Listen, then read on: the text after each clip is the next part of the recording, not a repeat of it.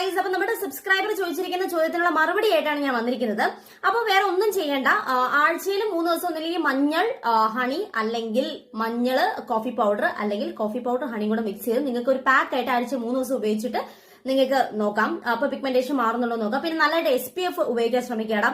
പിന്നെ ചിലർ ഈ ചുണ്ടിങ്ങനെ അങ്ങനെ വെച്ച് നനയ്ക്കും. അങ്ങനെ ചെയ്യരുത്. നമ്മുടെ ചുണ്ട് കറക്കാൻ ചാൻസ് കൂടുതലാണ്. പിന്നെ ഏത് ലിപ്സ്റ്റിക് ആണോ നമ്മുടെ ചുണ്ടിന്റെ പിഗ്മെന്റേഷന് കാരണം നോക്കിയിട്ട് അത് ഒഴിവാക്കാൻ ശ്രമിക്കാം.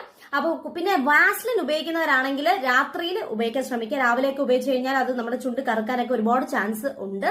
അപ്പൊ ഇതൊക്കെ നോക്കിയിട്ട് ഇനി ഇതിലൊന്നും പോകുന്നില്ല എങ്കിൽ തീർച്ചയായിട്ടും എന്ത് ചെയ്യുക, ഡോക്ടർ ഡെർമറ്റോളജിസ്റ്റിനെ കൺസൾട്ട് ചെയ്യുക. അപ്പൊ അവർ നല്ല നല്ല റെമഡീസ് അല്ലെങ്കിൽ അവർ നല്ല നല്ല പറഞ്ഞുതരും.